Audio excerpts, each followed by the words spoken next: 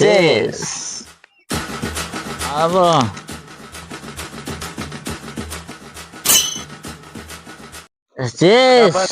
முகண்டா மச்சான் நான் அப்போல கதை நினைக்க வரேன்.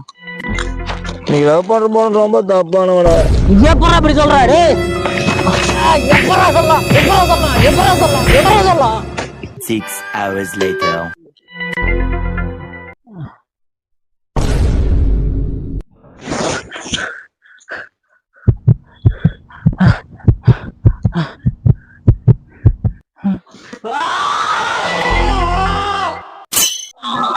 ஏன் அப்படி கத்திட்டு இருக்கிற?